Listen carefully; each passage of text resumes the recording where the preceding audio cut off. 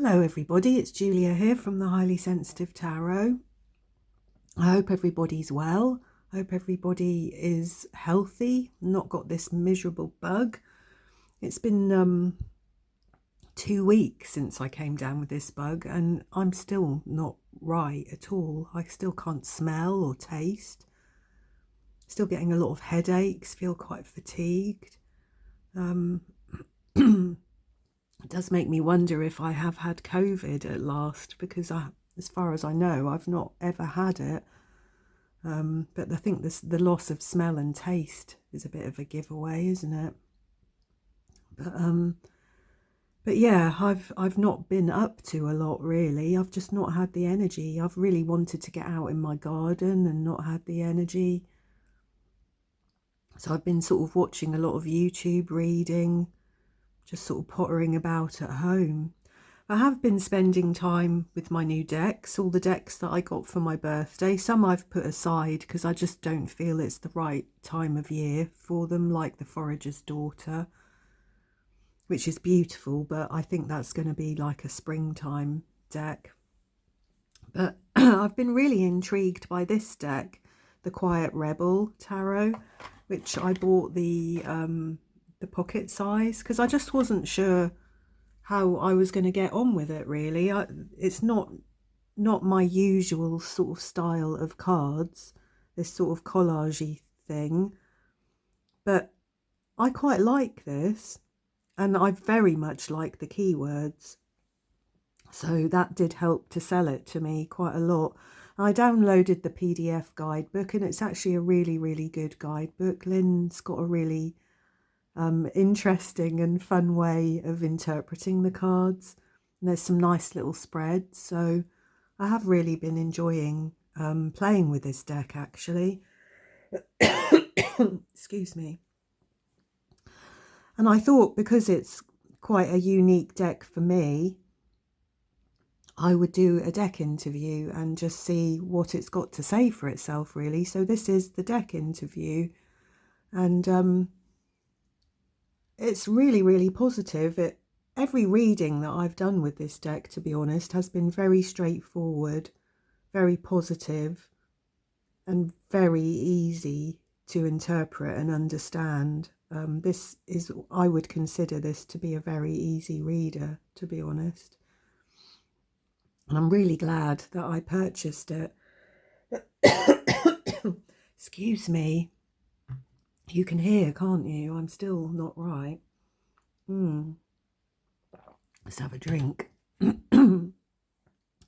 So, obviously with a deck interview, they're going to be different for everybody that does them, based on your energy and how the deck responds to you and vice versa. But this is my deck interview, and it'd be really nice and interesting to know if anyone else has done one with this deck and what face of itself it showed to you. So card number 1 here is, what kind of reading will you excel at? And I pulled the 9 of Pentacles, the life upgrade, which is brilliant really. I think that's a card of Virgo, isn't it? And to me this card just represents home to me, and your enjoyment and your real satisfaction with your home. It's a card of independence, isn't it? Being financially secure, having some status and respect in life. But generally just really being happy and satisfied with what you've got. It says on her little bottle here, living my best life. So if this is going to excel at any kind of reading, perhaps it's going to be readings that show you how to live your best life, how to enjoy and be satisfied and grateful for what you have. So card number 2 is, what are your strengths as a tarot deck? And I pulled the Star, the eternal optimist, which is beautiful, isn't it? So this is hope, healing, peace, spirituality, faith, but generally being able to see the positives in life. So I would say that this deck is going to be a very good deck to keep you on the right path, to remind you of what's important, what's positive, how to keep the peace, how to live your life to its best, I guess. Card number 3 is what are you here to teach me? And I pulled the King of Cups, the peacemaker, which again is lovely, isn't it? Because this is really a card of emotional maturity, you know, which is something that I've always, I always strive with. But, I have autism, and sometimes my emotions can become more Queen of Cups. Emotional dysregulation has been a problem for me in my life. So if this deck is here to teach me how to regulate my emotions and to feel more peaceful in my life and my relationships, well, that's fantastic. Card number 4 is how can I best connect with you? And I pulled the 6 of Cups, the time capsule, which again is beautiful, isn't it? So maybe the way to connect with this deck is through memories and childhood memories and connections, people, family. What else? This can sometimes be a card of wishful thinking, I think, can't it? The 6 of Cups. But I think that that this deck could well be a good deck to help me look at some inner child work and some shadow work, actually, through my childhood, through that sort of reminiscing and that looking back. So that's fine. That's really good. And card number 5 is what card sums you up the best. And I pulled here the Hierophant, the unofficial guide, and this card was the very first card out of the deck. When I did my first reading, I shuffled and asked a question, and this was the first card that came out. And this card seems to be stalking me in general. Just recently, this card has come up a lot in other decks as well, but it was the first card out of the deck for this one, and it's come up as what card sums you up best. So this is a teacher deck, isn't it? This deck is here to teach me something. As I said, I think it's here to teach me how to be optimistic, to be positive, to be grateful, to always strive for keeping the peace, for being emotionally regulated, to enjoy my home, to enjoy my life, to heal perhaps some aspects of myself, but just to keep me on the right track, heading in the right direction. I think that's what the feeling that I get here from this Hierophant. They've got all their flags there for being a guide, but it's about showing you the right direction for your life. So that's fantastic, isn't it? I couldn't have asked for a better little spread here, really, for a deck interview. And the card that was at the bottom of the deck when I did this was the World, the mic drop. So again, this is a card of completion and success and achievement and, I don't know, celebration, wholeness, integration, emotional maturity,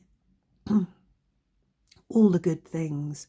So I'm really, really pleased actually with this deck. It's actually blown me away. It surprised me. The first reading that I did for myself, I started pulling cards and putting them on the table, and I was blown away.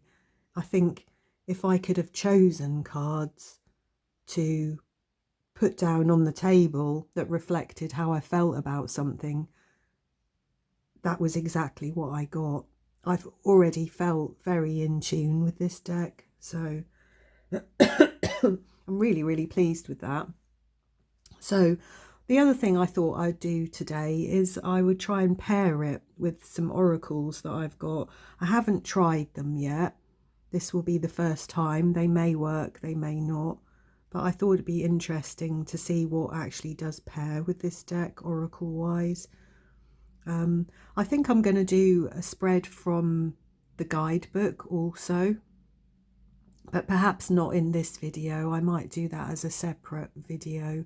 I downloaded Lynn's guidebook with the where is it? You get one of these. So I downloaded onto my phone the guidebook, but I noticed actually there is actually a paper guidebook available on Amazon at the moment, so I may well purchase that at some point, as I'm really enjoying this deck. But yeah, I shall just pause the video and we'll have a look at some pairs. Okay, so the first pairing here is the Sacred Destiny Oracle by Denise Linn. I've had this deck a long time. I really wasn't sure what I would be able to pair with this deck because, like I said, it's not my usual sort of deck. I normally like decks that are, you know, watercolours, acrylics, oil paintings. I like kind of old-fashioned art, if I'm honest. So I really wasn't sure how this would work, but I quite like this pairing actually. Now I'm looking at it. So the Peacekeeper, Community and the Six of Swords. I think it actually does work quite well. The Time Capsule, Freedom and the Knight of Wands. The Blaze Runner. Huh?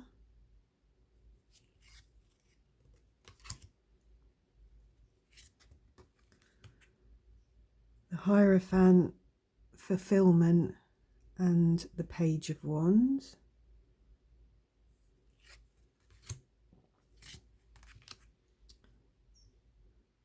The Mic Drop, the World, Wonders and the Fool. That's a really, really amazing combination, isn't it, actually?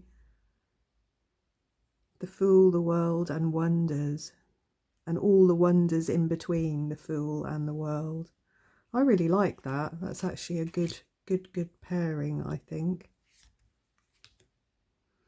The Rule Breaker, the Emperor, the Focus, and the Badass Gardener, the Empress. Very nice.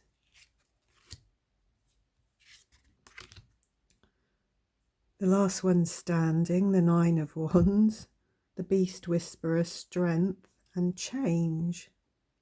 So what do we think? The Sacred Destiny Oracle by Denise Linn. Okay, so the next one is the Botanical Inspirations deck and book set by Lynn Arajo. I can't pronounce that, I'm sorry, that's her name. I think this actually works really well as well. I like this. They're both kind of old-fashioned-y sort of looking, aren't they, in the tones of the colours and things there. I quite like it. So the Solo Mission, the Hermit, New Start and Wisdom, and the Third Eye Spy, the High Priestess. That's interesting, isn't it? With a white rose. The Mood Rider, the Knight of Cups, the Rising Star, the Six of Wands, and I can't even pronounce that. I can't pronounce it. Harmony. Phlox. The Sticky Situation, the Devil. The Turning Point, the Two of Swords, and the Sticky Situation, the Devil. Affection and Determination from Morning Glory. I think these do actually work quite well together. I quite like these. Not what you'd expect flowers with these Quiet Rebels, but I think this particular deck, because it's kind of old-fashioned looking, I think it does work. The oh crap moment, the Tower, rainbows and messages. When it rains, look for rainbows. When it's dark, look for stars. And the letdown.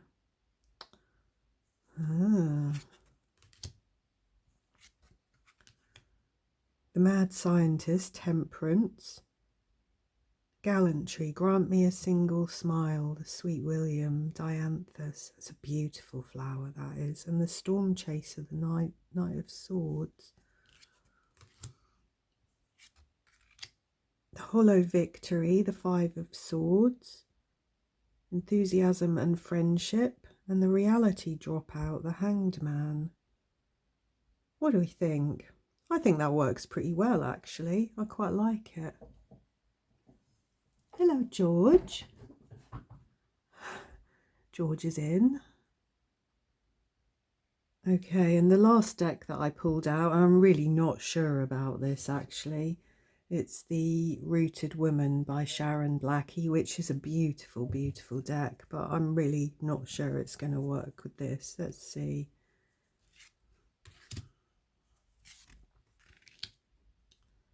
So the Mastermind, King of Swords, the Protector of the Wild, and the Heart Opener, the Ace of Cups.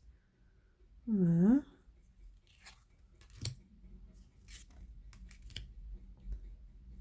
Beautiful Mess, the Two of Pentacles, the New Recruit, the Eight of Pentacles, and Women's Wisdom.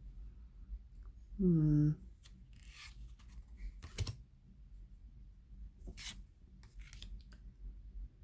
After Party, the Mind Maze, and the Keening Woman. Perhaps my Goddess Love Oracle might have done better with this deck. I'm not sure. I'm not sure this is working, is it?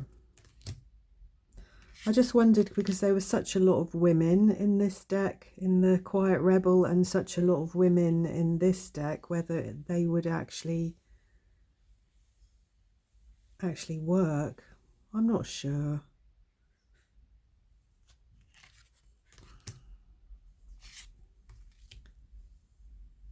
I think I would have to read the guidebook and see if the guidebook was working. The nap is calling, the Four of Swords, the checkpoint, Judgment, goods to declare, nothing to declare, and then Rhiannon, the story carrier. See, I don't know enough about the women in this deck, actually, to know whether they would work, but anyway, what do you think? Have you got a deck that you're pairing the Quiet Rebel with, something that's really working for you? I think out of all of them, I think the Sacred Destiny worked the best, didn't it?